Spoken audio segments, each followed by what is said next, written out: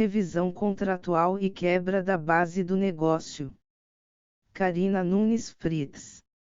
Resumo: reza a lenda que o legislador teria afastado a teoria da base do negócio do Código Civil.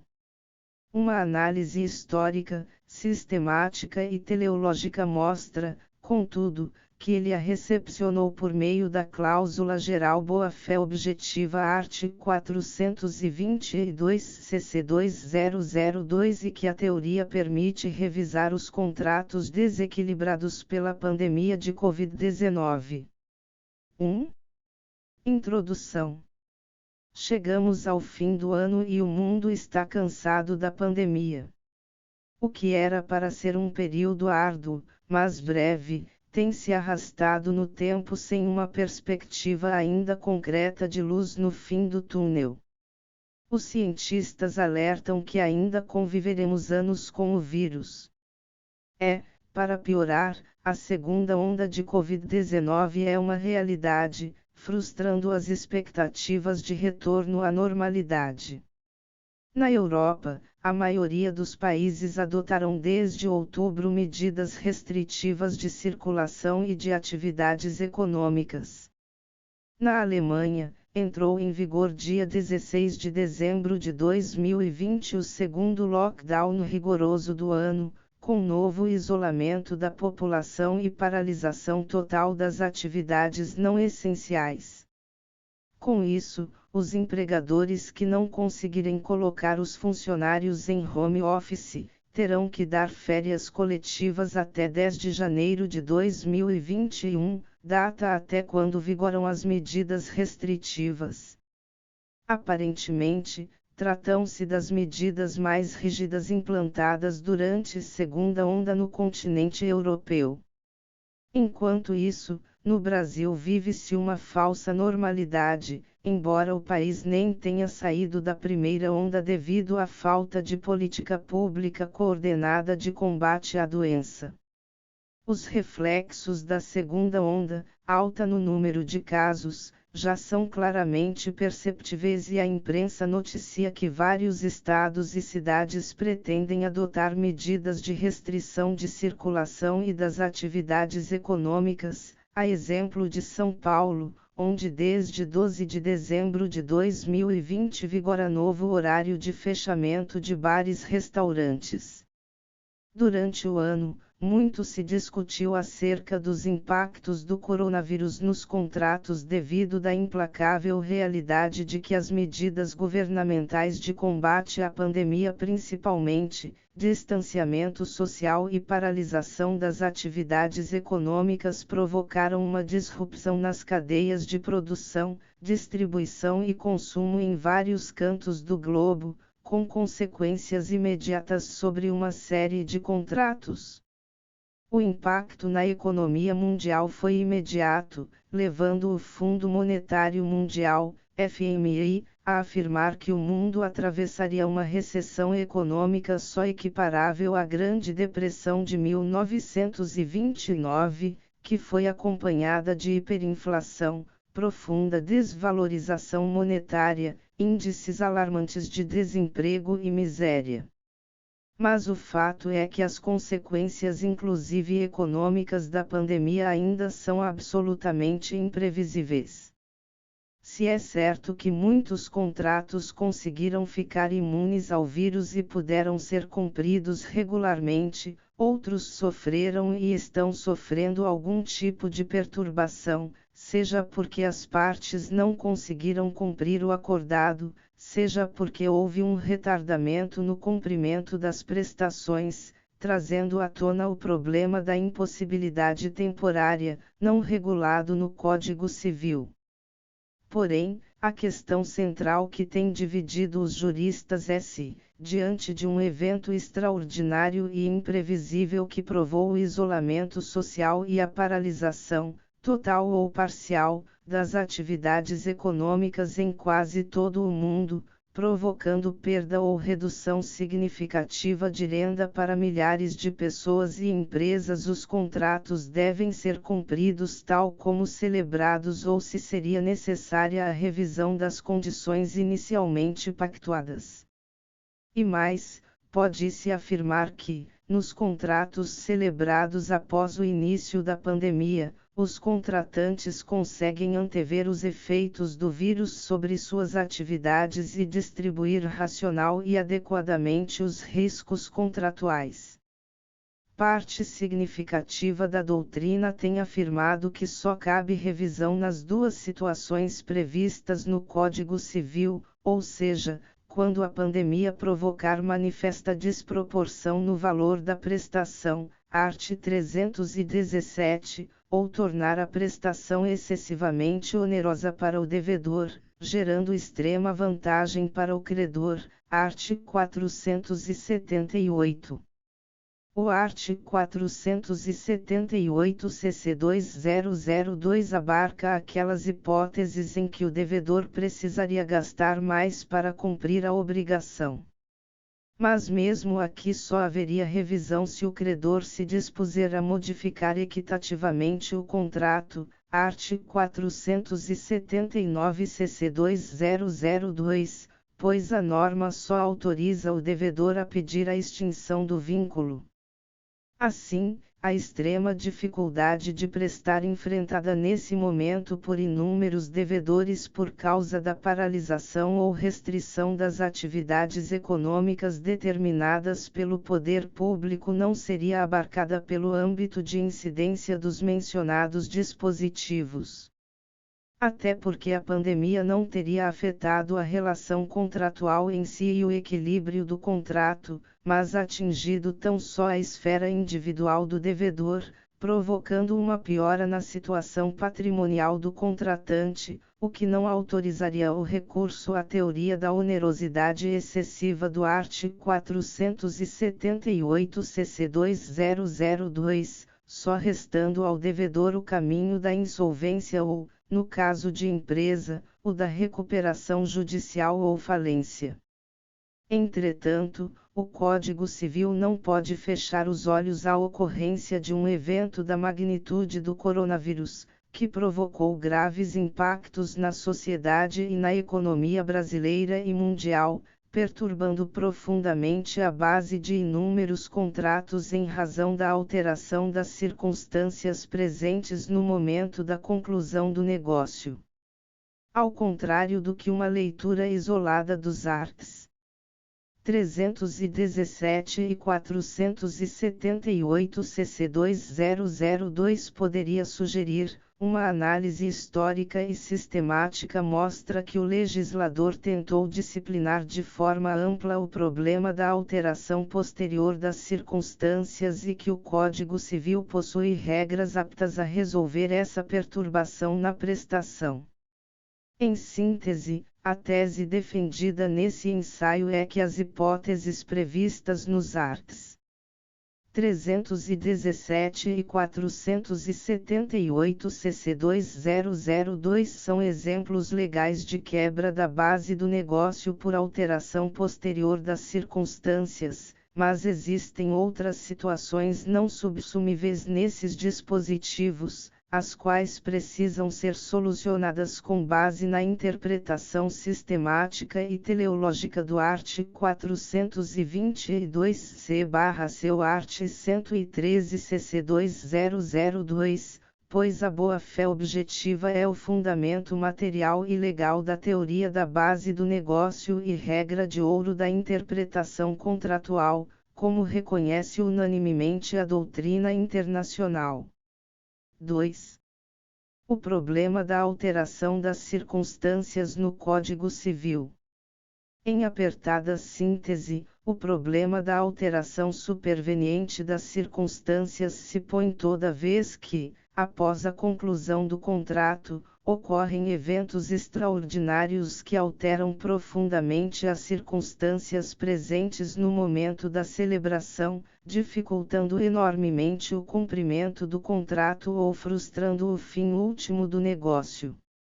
Exemplo histórico é a desvalorização monetária, que levou os tribunais na França e na Alemanha a extinguir ou revisar os contratos desequilibrados pelos dramáticos efeitos econômicos da Primeira Guerra Mundial.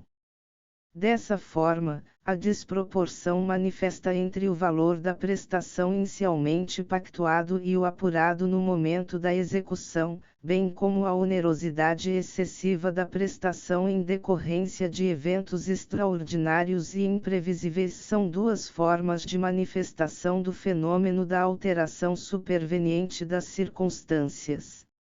Mas a modificação superveniente das circunstâncias pode ser de tal ordem que torne excessivamente difícil o cumprimento da prestação pelo devedor ou frustre totalmente o fim útil visado com o contrato.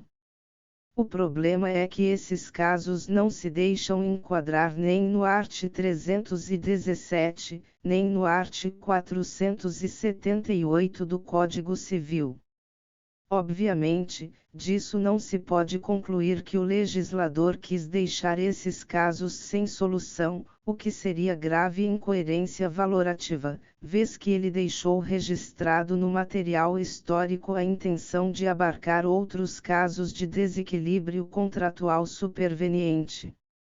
De fato, uma análise da origem do art. 317 CC 2002 mostra que, ao contrário do comumente afirmado, a intenção do legislador não foi instituir a correção monetária de dívidas em dinheiro. A redação original do art. 315 do Projeto de Lei 63411975, atual art. 317 CC 2002, previa a revisão judicial quando a desvalorização da moeda provocasse manifesta desproporção no valor da prestação. No Congresso Nacional, a redação foi objeto de várias emendas, uma das quais alterou o dispositivo para ordenar a correção monetária do valor da dívida face à desvalorização monetária. Por falta de consenso, chegou-se até a propor a eliminação da norma, mas o senador Josafat Marinho conseguiu preservar o dispositivo argumentando que Miguel Reale alertava que não se deve considerar apenas a desvalorização da moeda, para admitir a revisão de valores convencionados. Outros fatores, e imprevisíveis, poderão ocorrer, gerando o desequilíbrio das prestações e justificando o reajustamento delas. Dessa forma, inquestionável que a tônica da elaboração do art. 317 CC 2002 foi a expansão da revisão contratual a outras hipóteses diversas dos casos de desvalorização monetária. Isso mostra que a intenção do legislador foi disciplinar o problema da alteração posterior das circunstâncias e talvez explique a positivação da hipótese da excessiva onerosidade da prestação. Com a melhor das intenções, o legislador buscou inspiração na jovem codificação italiana, cujo art. 1467 foi praticamente traduzido e diluído na tríade normativa dos arts. 478, 479 e 480 CC 2002. Segundo o art. 478 CC 2002, quando, em contratos de execução continuada ou diferida, a prestação de uma das partes se tornar excessivamente onerosa, com extrema vantagem para a outra, em virtude de acontecimentos extraordinários e imprevisíveis, poderá o devedor pedir a resolução do contrato. Uma simples leitura revela que a norma é uma cópia agravada do art. 1467 da lei italiana, que não exige que da alteração das circunstâncias resulte extrema vantagem para a contraparte. A rigidez da norma é evidente. A uma, porque sugere que apenas contratos de longa duração estariam sujeitos a alterações posteriores em sua base, quando, a rigor, qualquer negócio ainda não executado está sujeito aos impactos de eventos extraordinários. A duas, porque exige que o fato causador da perturbação seja extraordinário e imprevisível, enquanto a doutrina acentua que os efeitos do evento é que precisam ser qualificados como tal. A 3, porque exige extrema vantagem para o credor, de difícil configuração prática, principalmente em tempos de pandemia. Para piorar, prevê a extinção do vínculo como efeito jurídico imediato da alteração das circunstâncias. Inspirado no art. 1467, inc. 3 do Código Italiano, o art. 479 cc 2002 faz depender a preservação do contrato da vontade exclusiva do credor ao afirmar que a resolução pode ser afastada oferecendo-se o réu a modificar equitativamente as condições do contrato. Afirma-se que o legislador teria atribuído ao credor o poder de realizar oferta de modificação equitativa, vedando-se ao devedor pleitear a readaptação do contrato. Não por acaso, doutrina e jurisprudência tentam amenizar pela via da redução teleológica a rigidez da norma a nível dos pressupostos e dos efeitos. Enquanto o enunciado 365 da Quarta Jornada de Direito Civil do Conselho da Justiça Federal confere caráter acidental ao requisito da extrema vantagem, o enunciado 175 ressalta que a imprevisibilidade e extraordinariedade dizem respeito não apenas ao evento, mas também às suas consequências. Já o enunciado 176 diz que, em atenção ao princípio da conservação dos negócios jurídicos, o art. 478 do Código Civil de 2002 deverá conduzir, sempre que possível, à revisão judicial dos contratos e não à resolução contratual, entendimento seguido pela jurisprudência do Superior Tribunal de Justiça. Aliás, a teoria da onerosidade excessiva não tem sido criticada apenas no Brasil, mas também na própria Itália, especialmente agora em tempos de pandemia. Recentemente, Francesco Macário, professor da Universidade de Roma, teceu ácidas críticas ao regime de alteração posterior das circunstâncias do Codice Civile, considerado inadequado para resolver as profundas alterações na base dos contratos, provocadas pelas medidas governamentais de combate à Covid-19. Taxando a teoria da onerosidade excessiva de doutrina espúria, estranha à tradição civilista e às grandes codificações, francesa e alemã, berço, respectivamente, das teorias da imprevisão e da quebra da base do negócio, ele critica o legislador pela formulação da figura da excessiva onerosità, inadequada para solucionar os problemas postos pelo coronavírus, principalmente face ao efeito imediato da Risoluzione dei Contratti, que vai na contramão da tendência internacional de conservação do vínculo por meio da revisão, aceita há muito no direito alemão e, mais recentemente, no direito francês, art. 1195 Cod, apenas para mencionar as duas principais codificações.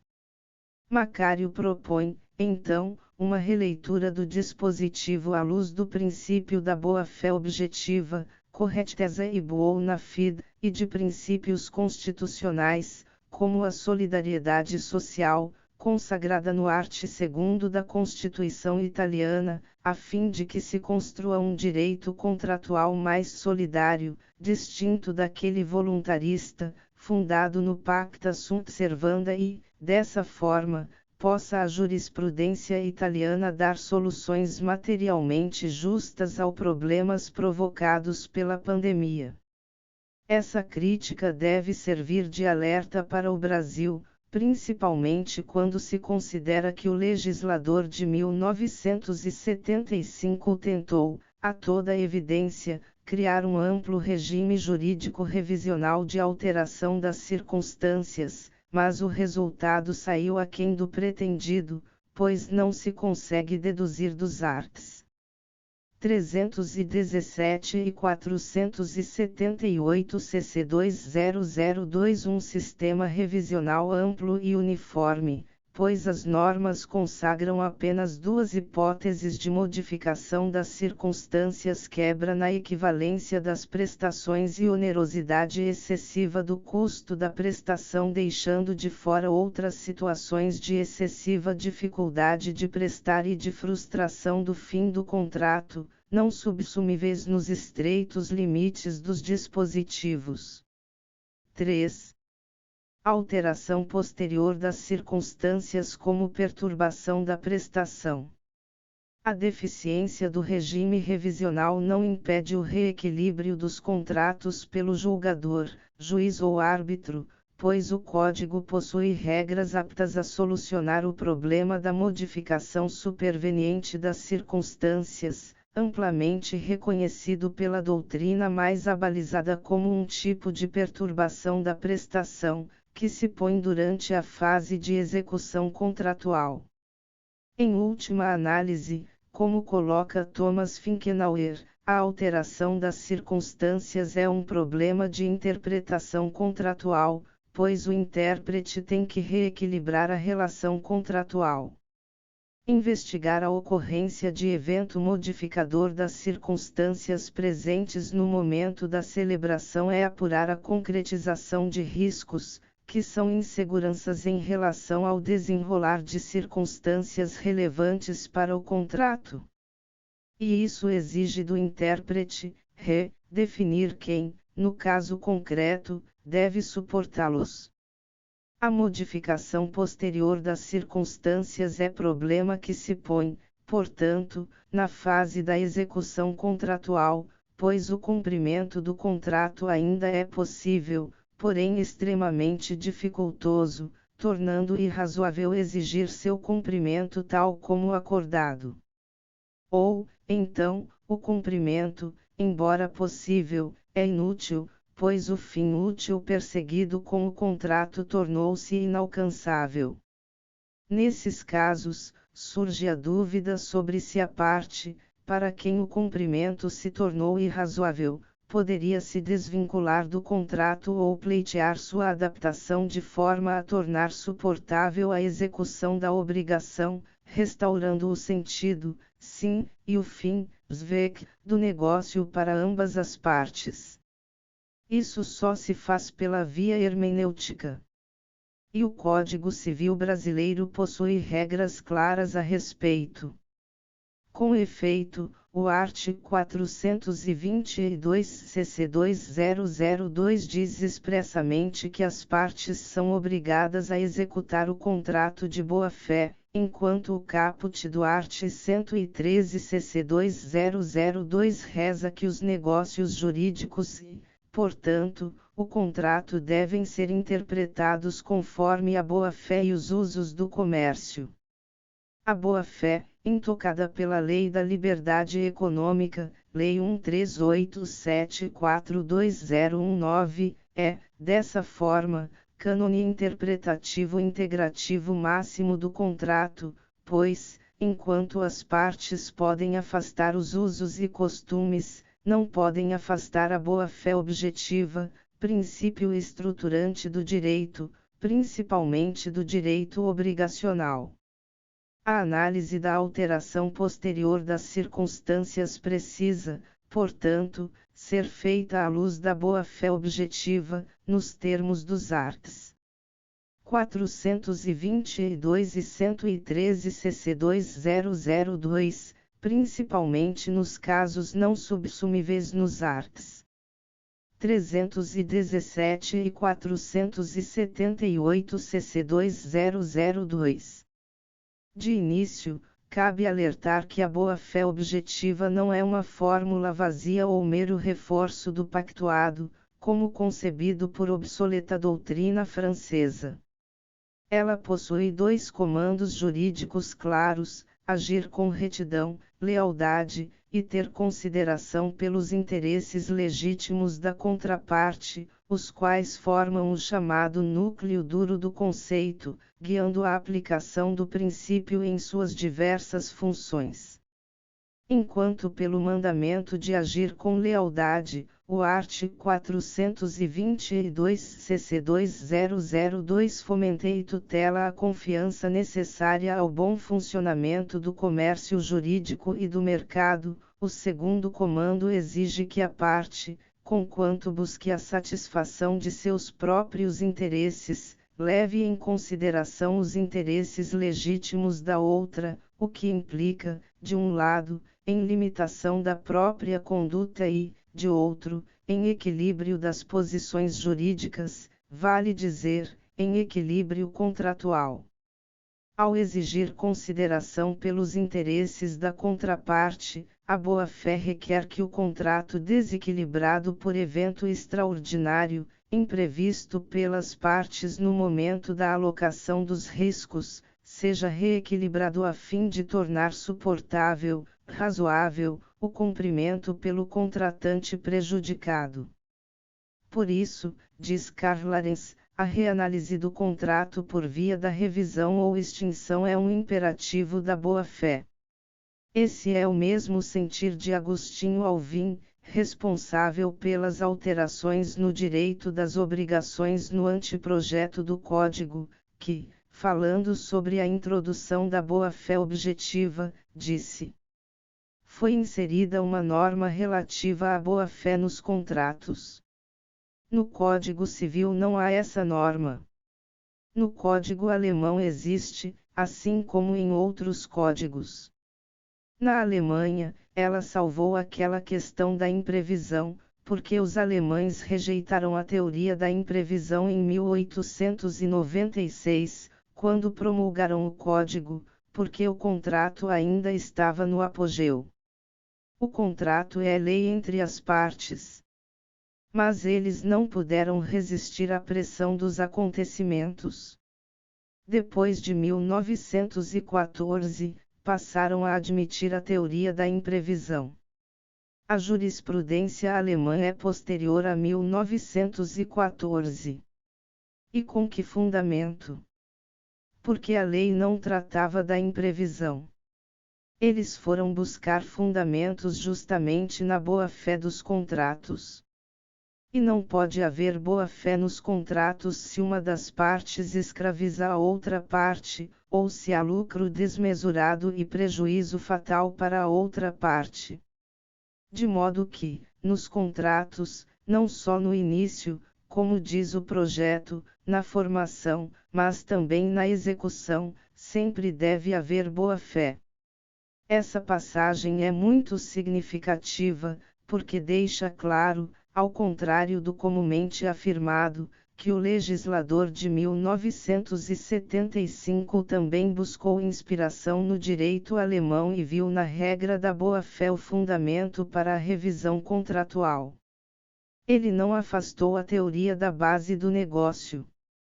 Ao contrário, supôs tê-la recepcionado por meio da boa-fé objetiva do art. 422 cc 2002, tal como ocorreu na Alemanha. Não há dúvidas, portanto, de que a boa-fé objetiva é o fundamento da teoria da base do negócio, porque não há boa-fé nos contratos desequilibrados. Aliás, não por outra razão defende-se até que a boa-fé objetiva imporia ao credor o dever de renegociar o contrato desequilibrado, obrigando-o a empreender esforços para a readaptação do pacto. Embora consagrado em instrumentos legislativos recentes, esse dever é antigo e vem sendo discutido na doutrina alemã, no âmbito da teoria da quebra da base do negócio, pelo menos desde a década de 40 do século passado. Independente da discussão acerca da existência ou não desse dever, o importante aqui é observar que se a boa-fé impõe um dever de renegociar, é porque exige, como antecedente lógico e necessário, a revisão do contrato desequilibrado. Logo, constitui grave incoerência lógica e valorativa defender a existência de um dever de renegociar com base na boa-fé e afastar a teoria da base do negócio, no seio da qual aquele se desenvolveu como decorrência da necessidade de readaptação do contrato. Assim, a boa-fé exige que o contrato seja readaptado quando eventos extraordinários provoquem profundas alterações nas circunstâncias existentes no momento da celebração, tornando extremamente dificultoso o cumprimento da prestação e irrazoável, à luz das peculiaridades do caso, a manutenção inalterada do contrato. Em apertada síntese, esse é o cerne da teoria da base do negócio. 4. A teoria da base do negócio. A teoria da base do negócio baseia-se em uma ideia simples e concreta: todos os contratantes, ao celebrar um negócio, partem de forma consciente ou não de certos pressupostos e circunstâncias objetivas de natureza social, econômica, política, jurídica, etc., sobre as quais formam a decisão de contratar. Essas circunstâncias, embora não cristalizadas em cláusulas contratuais, formam a base do negócio e, por isso, precisam se manter relativamente estáveis até o momento da execução para que o contrato, enquanto ato de regulação jurídico-privada, faça sentido e permita alcançar o fim último perseguido pelas partes. Se depois da celebração ocorrem eventos graves e excepcionais que alteram profundamente as circunstâncias que formaram a base do negócio, tornando irrazoável, ou inútil, o cumprimento da prestação, o contratante prejudicado pode pedir a revisão, ou a extinção, do contrato, desde que se possa concluir, a partir de ampla análise das circunstâncias do caso concreto, principalmente da repartição dos riscos, que a manutenção do contrato nas condições originalmente pactuadas se tornou irrazoável. A regra, portanto, sempre foi e continua sendo a de que os contratos devem ser cumpridos tal como acordados, em respeito aos princípios da autonomia privada, da força obrigatória dos contratos, pacta sunt servanda, e da segurança jurídica. Por isso, a revisão ou extinção do negócio são medidas excepcionais e, nesse sentido, a Lei da Liberdade Econômica, ao acentuar no artigo 421, parágrafo único do Código o princípio da excepcionalidade da revisão contratual, apenas positivou o óbvio. Porém, sempre que eventos posteriores provoquem profundas alterações na base do negócio e tornem irrazoável a manutenção inalterada do vínculo, o juiz ou o árbitro deve intervir para readaptar o estritamente necessário para reequilibrar a relação contratual. E aqui, novamente, a Lei de Liberdade Econômica, ao introduzir princípio da intervenção mínima, não traz novidade alguma à dogmática obrigacional. A doutrina alemã analisa a base do negócio sob dois aspectos, subjetivo e objetivo. A base subjetiva do negócio são as representações feitas por ambas as partes ou por uma delas, mas, nesse caso, de forma perceptível e compartilhada pela outra acerca da existência ou ocorrência futura de determinadas circunstâncias, sobre as quais se forma a decisão de contratar. A proximidade com a figura do erro suscita dúvidas, mas um exemplo bem conhecido ajudará a elucidar. No caso da coroação do rei Eduardo VII, os proprietários dos imóveis por onde passaria o cortejo real alugaram as sacadas de seus edifícios para os espectadores assistirem à cerimônia, mas o monarca adoeceu e a festividade foi cancelada. No momento da celebração, locador e locatário partiram do pressuposto comum, não do erro, de que a cerimônia seria realizada.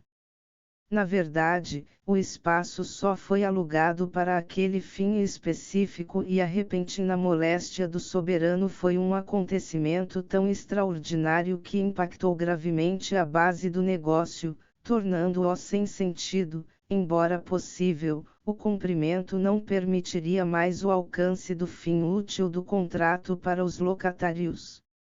A base objetiva do negócio, por sua vez, são as circunstâncias de natureza sociais, econômicas, políticas, jurídicas, naturais, tecnológicas, etc., objetivamente existentes no momento da contratação e decisivas para a formação da vontade de contratar, as quais precisam permanecer constantes para que o contrato faça sentido.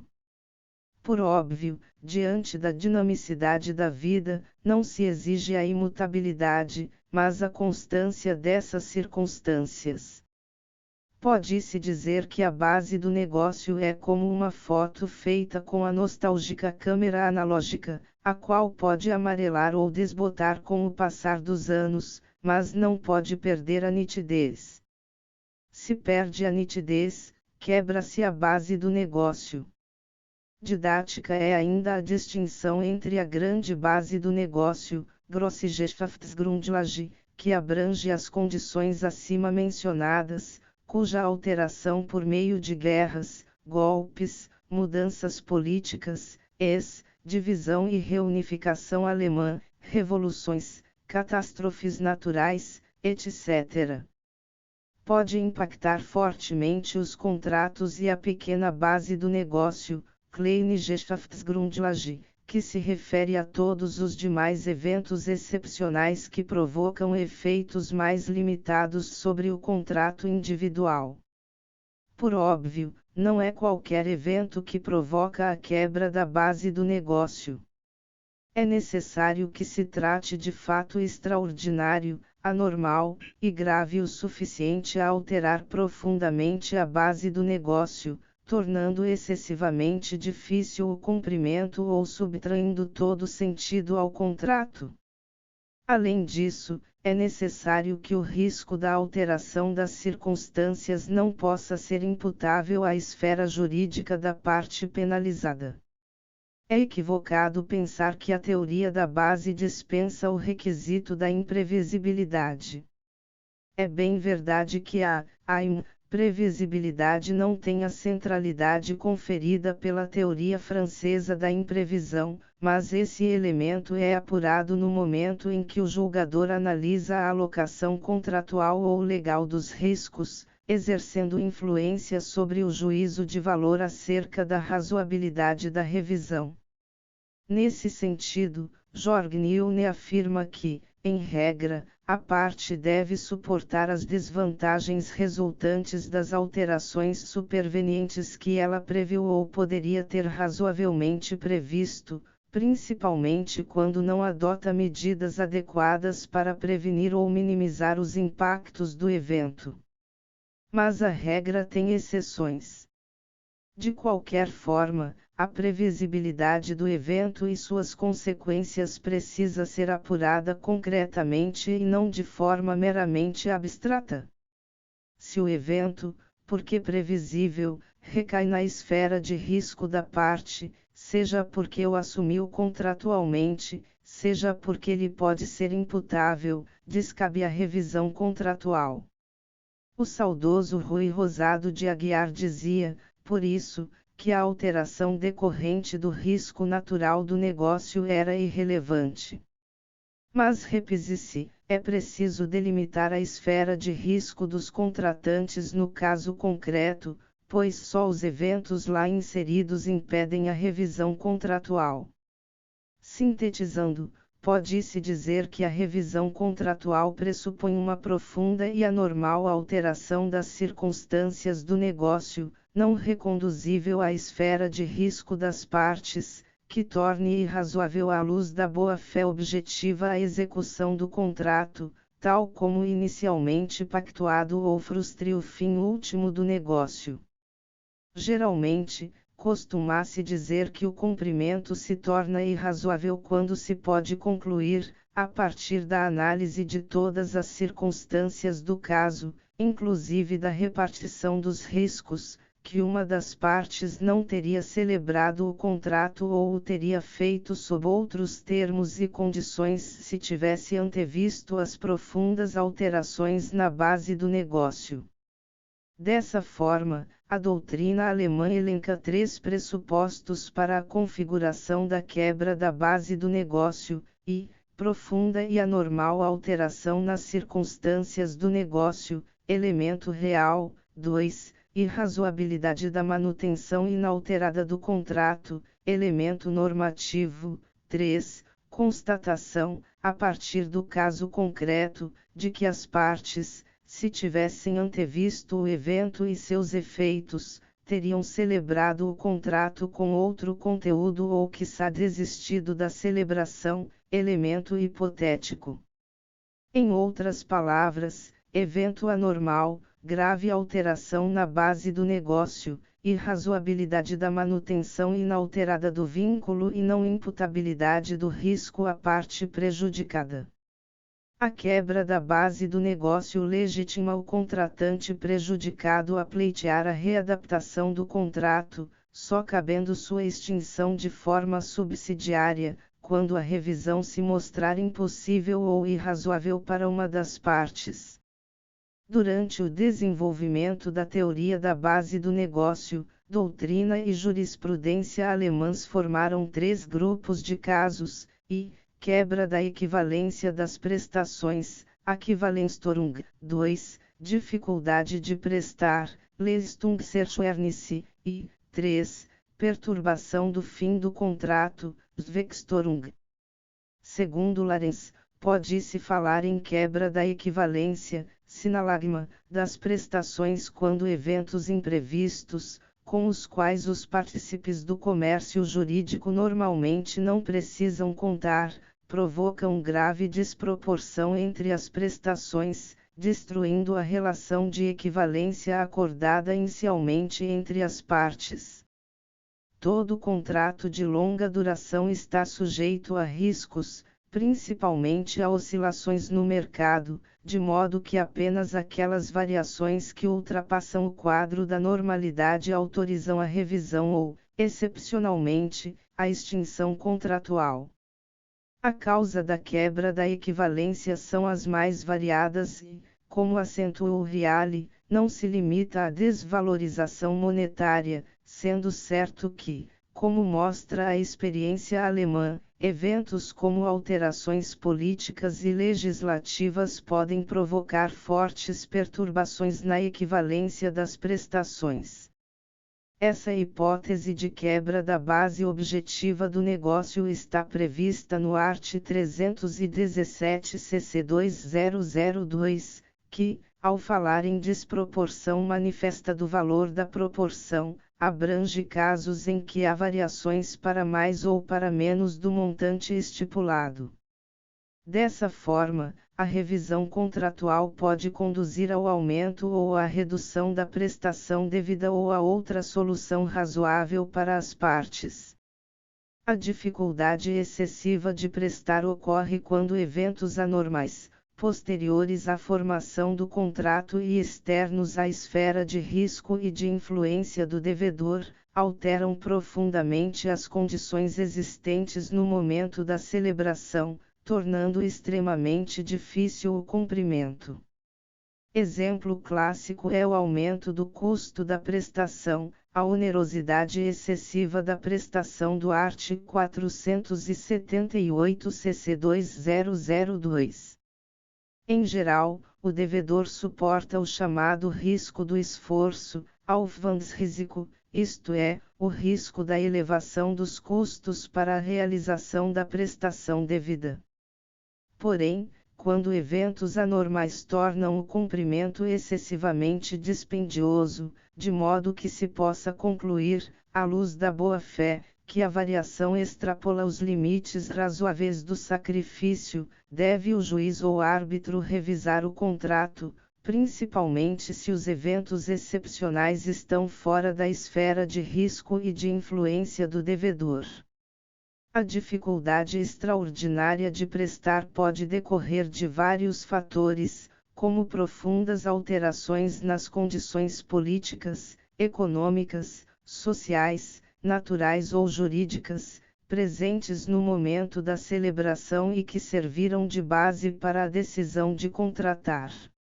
Decisivo é que eventos anormais, não imputáveis à esfera de risco e responsabilidade da parte afetada, atinjam e modifiquem consideravelmente a relação contratual concreta, causando sérias desvantagens para uma das partes e tornando irrazoável o cumprimento tal como inicialmente acordado. A Alemanha, que experimentou profundas transformações sociais, políticas e econômicas ao longo da história, adaptou com amparo no princípio da boa-fé objetiva diversos contratos por ocasião das grandes guerras, do colapso monetário em 1923, da Grande Depressão em 1929, da divisão e reunificação do país, além de outros eventos internacionais, como a crise do petróleo em 1973 ou a Revolução Iraniana, que impactou internamente vários contratos. E isso ocorreu, por vezes, alterando-se a própria alocação, contratual ou legal, dos riscos. A jurisprudência alemã reconhece até, embora em casos excepcionalíssimos, que alterações jurídicas, legislativas ou jurisprudenciais, podem impactar seriamente o cumprimento dos pactos, dificultando extremamente o cumprimento. Esses casos mostram que não apenas a onerosidade excessiva do custo da prestação autoriza a revisão contratual, mas também a extraordinária dificuldade de prestar. Por certo, não se trata de dificuldade pessoal e subjetiva, risco de qualquer devedor, mas da extrema dificuldade provocada por eventos anormais e externos à esfera de risco e influência do devedor. Os casos de frustração do fim do contrato também deixam claro que não só a perturbação do sinalagma, da economia interna do contrato legitima a intervenção estabilizadora do juiz. De fato, a frustração do fim do contrato ocorre quando o fim relevante do negócio torna-se inalcançável para uma das partes, sem que a prestação se torne impossível. Com efeito, a frustração do fim do contrato distingue-se dos casos em que a prestação se torna definitivamente impossível, pois naquela o que se torna inalcançável não é a realização da prestação em si, mas o fim útil do negócio. Durante o desenvolvimento teórico da base do negócio na Alemanha, muitos doutrinadores procuraram subsumir no Instituto da Impossibilidade alguns casos hoje reconhecidos como alteração posterior das circunstâncias, o que se explica pela centralidade e amplitude dada ao Instituto da Impossibilidade pelo BGB/1900. Mas a reforma do direito das obrigações de 2002 delimitou bem o campo normativo do Instituto da Impossibilidade, retirando de lá situações nas quais o cumprimento não se tornou impossível, mas apenas extremamente difícil, as quais são agora subsumíveis no 313, cláusula geral da alteração das circunstâncias. Aqui vale a regra: o que pode ser cumprido, não é impossível. 5. Pandemia e quebra da base do negócio. Diante do exposto, não há dúvidas de que a pandemia de Covid-19, catástrofe natural que provocou um colapso generalizado nas cadeias de produção, fornecimento e consumo em todo o mundo, com reflexos em inúmeros contratos, provocou a quebra da grande base de muitos negócios. As medidas de combate à pandemia, principalmente, isolamento social e paralisação das atividades econômicas, não guardam paralelo na história recente da humanidade e suas consequências ainda são imprevisíveis. No momento da celebração, os contratantes pressuporão objetivamente a normalidade do cotidiano, principalmente a liberdade de locomoção e circulação, e o pleno exercício de suas atividades comerciais. Nenhum deles anteviu nem poderia razoavelmente ter previsto o isolamento social, a ausência de trabalhadores nos locais de trabalho, o fechamento de fronteiras, de fábricas e estabelecimentos comerciais, o cancelamento de feiras e eventos, as disrupções nas cadeias de produção, fornecimento e consumo, dentre outros inúmeros distúrbios provocados pelo vírus, o que, por si só, já desautoriza imputar o risco da pandemia a apenas uma das partes. E um ano após o início da crise de saúde pública na China, ainda não há previsão segura de retorno à normalidade, o que dificulta a celebração e a renegociação de contratos durante a pandemia. Por óbvio, apenas no caso concreto pode-se verificar o preenchimento dos pressupostos para a revisão contratual.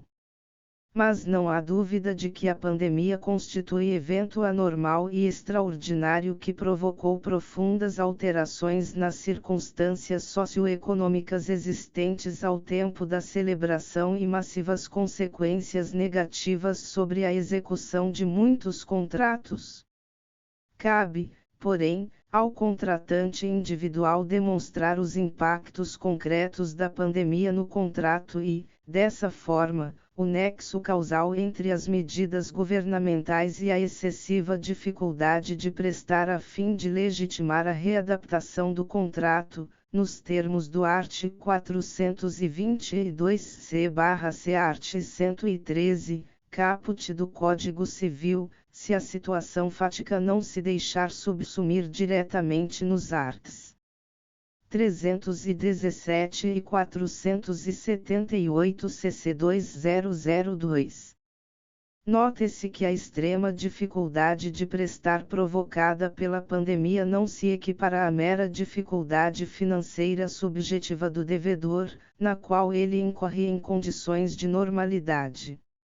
A situação provocada pela pandemia é diferente, porque a extrema dificuldade de prestar decorre de fato extraordinário, imprevisível e alheio à esfera de risco e responsabilidade do contratante, e do fato de que as pessoas, físicas e jurídicas, tiveram que reduzir ou paralisar suas atividades econômicas para conter o avanço do vírus, por ordem do poder público, o que justifica a revisão.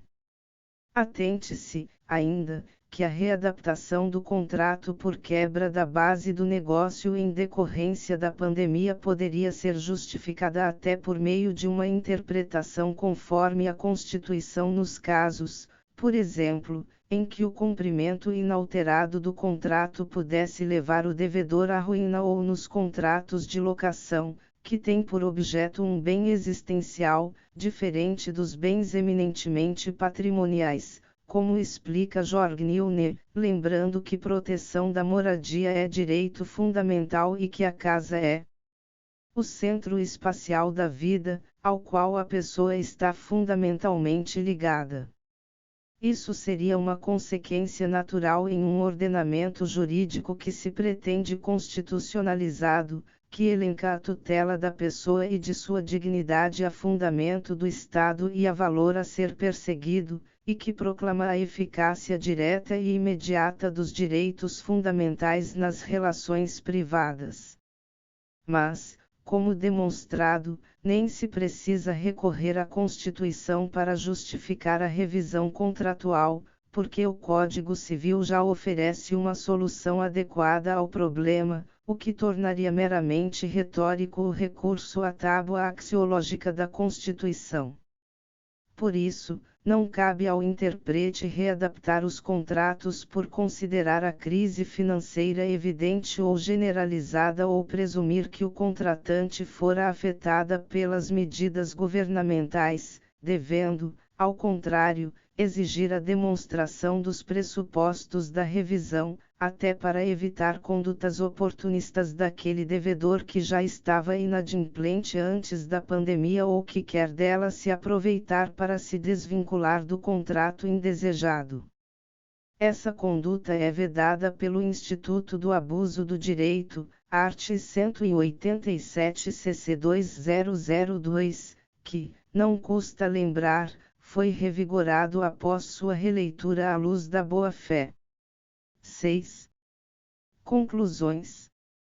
Diante do exposto, percebe-se que a teoria da base do negócio é uma decorrência lógica e axiológica da boa-fé objetiva, consagrada no art. 422 CC 2002. A uma, porque nada pode ser mais desleal que exigir o cumprimento do contrato profundamente perturbado em sua base por eventos extraordinários e alheios à esfera de risco e responsabilidade do contratante, razão pela qual alguns procuraram até impor um dever de renegociar ao credor. A duas, porque a boa-fé exige a correção do desequilíbrio superveniente ao exigir que a parte tenha consideração pelos interesses legítimos da outra, primando pelo equilíbrio, justiça, contratual. Ademais, a alteração superveniente das circunstâncias é um problema de perturbação da prestação que irrompe na fase da execução. O cumprimento ainda é possível, mas extremamente dificultoso ou sem sentido. Isso exige que o negócio seja readaptado pela via interpretativa, nos termos do caput do art. 113 CC 2002, a fim de tornar o cumprimento suportável para ambos ou extinto, em último caso. Em torno da teoria base do negócio existem muitos mitos e incompreensões. Um deles é o de que ela dispensa a imprevisibilidade do evento e, por isso, só teria sido recepcionada no âmbito do microsistema do consumidor, vez que o art. 6º, Inc. V do CDC dispensa tanto a imprevisibilidade, quanto a extraordinariedade do evento, bastando para a revisão que evento superveniente provoque a onerosidade excessiva da prestação. Porém, como demonstrado, a imprevisibilidade do evento e seus efeitos têm relevância para a teoria da base do negócio.